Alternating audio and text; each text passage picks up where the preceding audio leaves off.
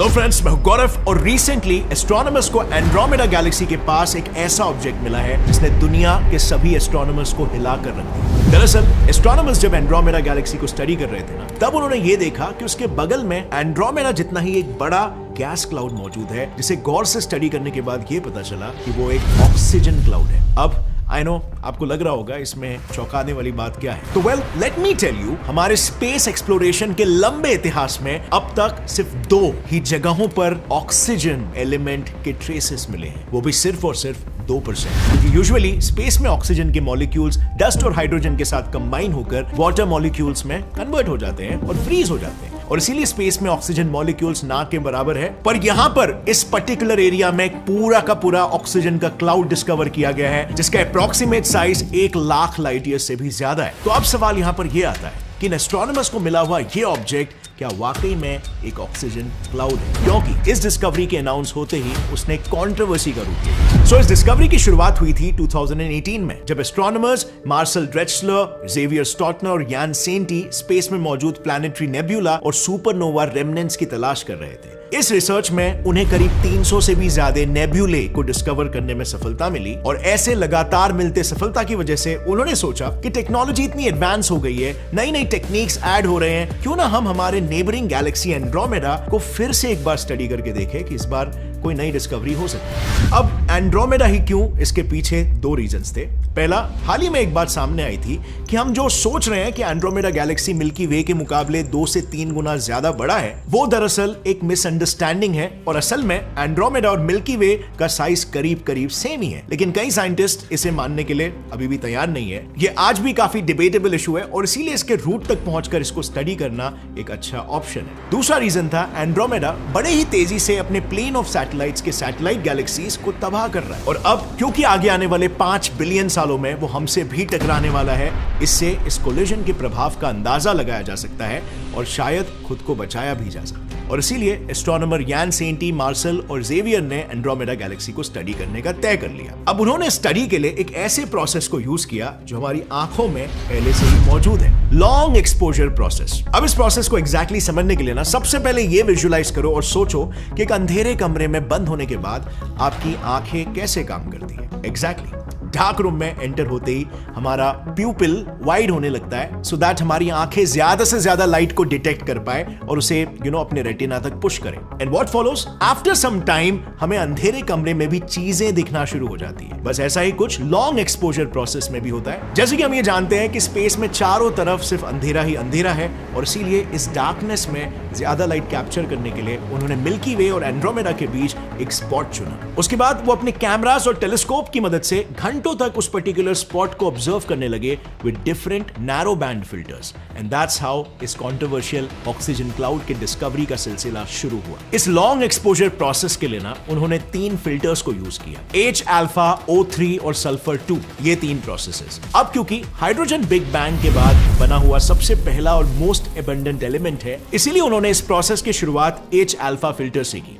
So basically इसमें होता क्या है ना कि हाइड्रोजन एमिशन स्पेक्ट्रम में इस पर्टिकुलर वेवलेंथ जो कि 656 नैनोमीटर्स है, इस पर्टिकुलर वेवलेंथ पर स्पेस को ऑब्जर्व किया जाता है और हाइड्रोजन को ट्रेस करने की कोशिश की जाती है। इस इमेज में आप देख सकते हो कि इस वेवलेंथ पर रेड लाइट एमिट होती है, और इसीलिए जितने भी हाइड्रोजन क्लाउड्स की इमेजेस आपने देखी होगी वो सभी हमेशा रेड ही होते हैं। लेकिन ताजुब की बात यह है ना कि स्पेस में ऑलमोस्ट हर जगह, आई मीन स्टार्स के अंदर, स्टार्स के बाहर, यहां तक कि इंटरस्टेलर स्पेस में मौजूद डस्ट क्लाउड्स में भी हाइड्रोजन भरा हुआ है। फिर भी उन्हें उस रिसेंटली मिले क्लाउड में हाइड्रोजन का, इतने अबंडेंट एलिमेंट का 1% भी ट्रेस नहीं मिला। Sounds fishy, right? किसी एनोमली की तरह। वेल, एस्ट्रोनॉमर्स को भी यही लगा, और इसीलिए उन्होंने अपने दूसरे फिल्टर O3 को यूज किया। यह फिल्टर भी H अल्फा की तरह ही काम करता है, बस एक माइनर डिफरेंस के साथ इसमें 656 नैनोमीटर्स की जगह पर 437 नैनोमीटर्स के वेवलेंथ यानी कि ब्लू लाइट में स्पेस को ऑब्जर्व किया जाता है। So I am hoping over here आपको लाइट के वेवलेंथ और उसके कलर स्पेक्ट्रम के बारे में पहले से एक अंदाजा होगा कि कैसे लाइट के वेव्स को अगर आप स्ट्रेच कर दोगे और उसका स्पेक्ट्रम जितना वाइड होगा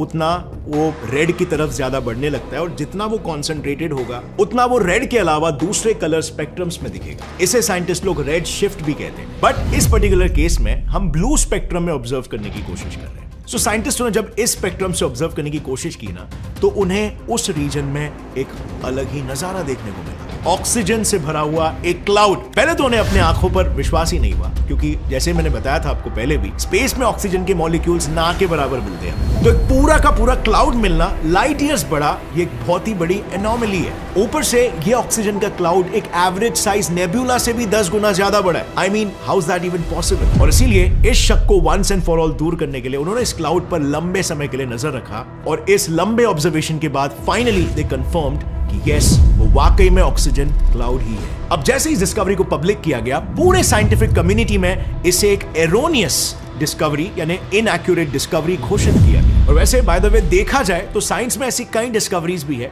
जिन्हें रेवोल्यूशनरी होने के बावजूद भी नकारा गया था, जैसे निकोला टेस्ला का एसी करंट फॉर एग्जांपल। उन्होंने जब इसका इन्वेंशन दुनिया के सामने पेश किया तब थॉमस एडिसन ने उसको जानलेवा कहकर खारिज कर दिया। एंड करंटली पूरी दुनिया इसी इन्वेंशन पर आज निर्भर है। इनफैक्ट उनके ज्यादातर इन्वेंशन को शुरुआत में फॉल्टी होने का टैग लगा दिया गया था, और आज मॉडर्न जमाने में जब साइंटिस्ट उनके इन्वेंशंस को स्टडी कर रहे हैं तब उन्हें पता चल रहा है कि निकोला टेस्ला वाकई में अपने जमाने से 100 साल आगे सोचते थे। अगर आप भी निकोला टेस्ला के माइंड बेंडिंग इन्वेंशंस और उनकी सक्सेस स्टोरी के बारे में जानना चाहते हो तो the inventions of Nikola Tesla, इस बुक को आप कुकू एफएम पर सुन सकते हो। और कुकू एफएम में आपको ऐसे ही 10,000 प्लस ऑडियो बुक्स मिलेंगे डिफरेंट जॉनराज में, जैसे science, self help, motivation, career, leadership, management, finance etcetera, वो भी पर बुक 2 रुपीज से भी कम में। और इसीलिए कुकू एफएम पर आज के तारीख में करीब 2.5 मिलियन से भी ज्यादा एक्टिव पेड सब्सक्राइबर्स हैं। प्लस इसका स्लीप टाइम फीचर पर्सनली मुझे बहुत इंटरेस्टिंग लगता है, क्योंकि इसमें आप स्लीप टाइम भी स्केड्यूल कर सकते हो, और अगर नींद आ गई तो ऑडियो बुक अपने आप ही बंद हो जाएगा और वहीं से वापस स्टार्ट होगा। इसका फायदा यह है कि आपको लिटरली सोने से पहले इस ऐप को बंद करने के लिए भी मोबाइल स्क्रीन देखने की जरूरत नहीं पड़ती, विच रिड्यूसेस स्क्रीन एडिक्शन। सो रुके क्या हो, अभी कुकू एफएम पर जाओ, मेरा ये कूपन कोड डालो and get 50% off on first month subscription, सिर्फ 49 रुपीज के डिस्काउंटेड प्राइस पर। इस ऑडियो बुक की दुनिया का पार्ट बनो, link is in the description. And now coming back to the topic, जैसे ही पूरे साइंटिफिक कम्युनिटी ने ऑक्सीजन क्लाउड की डिस्कवरी को एरोनियस घोषित किया, वैसे ही वो तीनों एस्ट्रोनॉमर्स जा पहुंचे यूएस गवर्नमेंट के पास। पर वहां पर बिना उनके रिजल्ट्स को देखे उनके इस डिस्कवरी को खारिज कर दिया गया, क्योंकि गवर्नमेंट का यह कहना था कि स्पेस में ऑक्सीजन क्लाउड मिलना नामुमकिन है, और जो भी इमेज आप एस्ट्रोनॉमर्स लेकर आए हो, या तो वो इमेज आपके टेलीस्कोप में किसी तरह के फॉल्ट की वजह से है, या फिर लाइट पोल्यूशन की वजह से, बिकॉज लाइट पोल्यूशन भी ब्लू कलर एमिट करता है। उन्हें जो नेबुला मिला था वो दिखने में इतना फेंट था कि दूसरे रिसर्चर्स ने भी लाइट पोल्यूशन की ही बात से सहमति गाई, और इस कंट्रोवर्शियल डिस्कवरी को हमेशा के लिए दफन कर दिया गया अंटिल एक इंडिपेंडेंट एस्ट्रोनॉमर ब्रे फॉल्स की उस पर नजर पड़ी, और इसके पीछे की सारी सच्चाई जानने का जिम्मा उसने अपने सर पर ले लिया। उसने अपने रिसर्च के लिए 2 चीजों का इस्तेमाल किया। पहला, तकाहाशी रिफ्रैक्टर, जो नॉर्मल रिफ्लेक्टर्स के मुकाबले 90% ज्यादा लाइट कलेक्ट करता है, और दूसरा इंस्ट्रूमेंट था सीमोस कैमरा। बेसिकली सीमोस कैमरे की खासियत यह है कि विजिबल लाइट से लेकर एक्सरे के बीच वो सभी स्पेक्ट्रम्स में काम करता है। अगर आसान भाषा में इसके बारे में बताऊं तो सीमोस कैमरा कई सारे फोटो सेंसिटिव पिक्सल से बना हुआ होता है, और इन सभी पिक्सल्स के पास फोटो डायोड से बने ट्रांजिस्टर्स होते हैं, और photo diodes light sensitive diodes होते हैं। मतलब जैसे ये डायोड्स लाइट के कांटेक्ट में आते हैं वो करंट प्रोड्यूस करते हैं, और फिर इसी इलेक्ट्रिकल सिग्नल को डिजिटल प्रोसेसिंग की मदद से इमेज में कन्वर्ट किया जाता है। इस सब के साथ ही ब्रे फॉल्स ने 2 ऐसी टेक्निक्स का भी इस्तेमाल किया जिनकी वजह से लाइट पोल्यूशन का शक हमेशा के लिए मिट गया। सबसे पहले उसने करीब 15 घंटों के लिए स्पेस की हर 5-10 मिनट में कई सारी इमेजेस कलेक्ट की। उसके बाद उन सभी इमेजेस का एक सॉफ्टवेयर की मदद से एवरेज निकाला गया और उनके बैकग्राउंड नॉइस को कम कर दिया गया। इस प्रोसेस को इमेज स्टैकिंग कहते हैं बाय द वे। और इसके बाद उसने कंटिन्यूम सब्ट्रैक्शन प्रोसेस के जरिए बाकी रिसर्चर्स का लाइट पोल्यूशन का शक भी दूर कर दिया। इस प्रोसेस को एकदम सिंपल भाषा में समझते हैं। इसमें उसने ब्लू लाइट और O3 फिल्टर्स को यूज करके इमेजेस तैयार किया। उसके बाद इन दोनों इमेजेस को एक दूसरे पर सुपर इंपोज करके एक्स्ट्रा ब्लू स्पॉट्स को हटाकर फाइनली इस इमेज को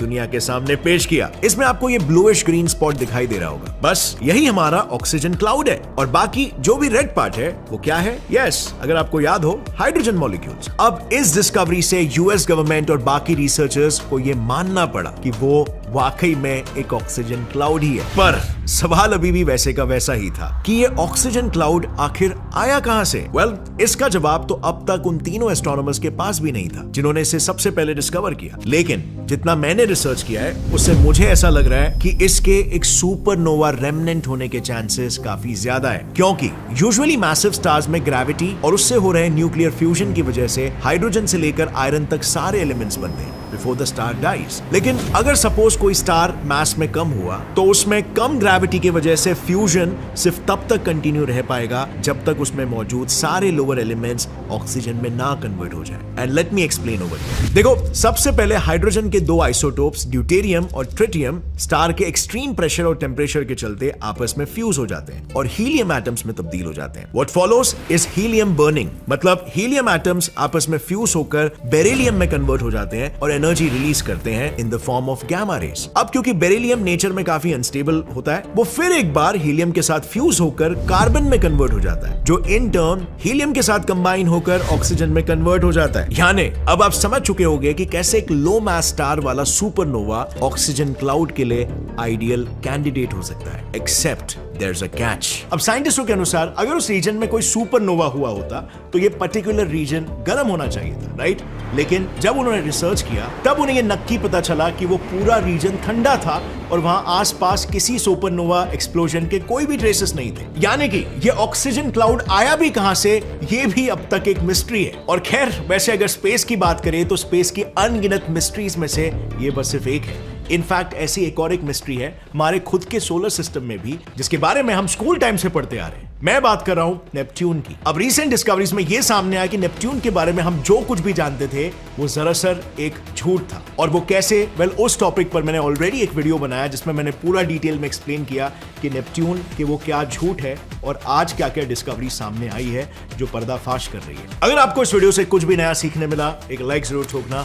gets set fly science channel को सब्सक्राइब करके बेल नोटिफिकेशन ऑन कर दो ताकि आगे आने वाली हमारी क्यूरियस वीडियोस आप कभी भी मिस ना करो। और फ्रेंड्स, जाने से पहले कुकू एफएम ऐप को इंस्टॉल करना मत भूलना। So use my coupon code GS50 to get 50% off on first month subscription. Link is in the description. Stay curious friends, keep learning and keep growing. Jai Hind.